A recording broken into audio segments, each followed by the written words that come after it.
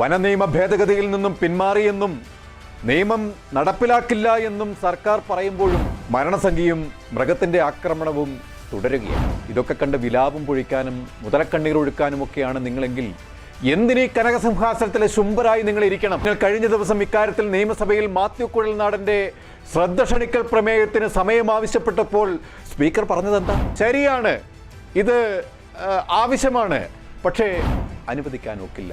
നമുക്കൊരു വനമന്ത്രിയുണ്ട്.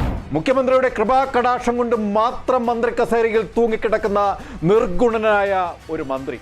ഇതിലും നല്ലത് ഒരു തീപ്പെട്ടിക്കുള്ളി ആ കസേരയിൽ കൊണ്ടുവെക്കുന്നതാണ്.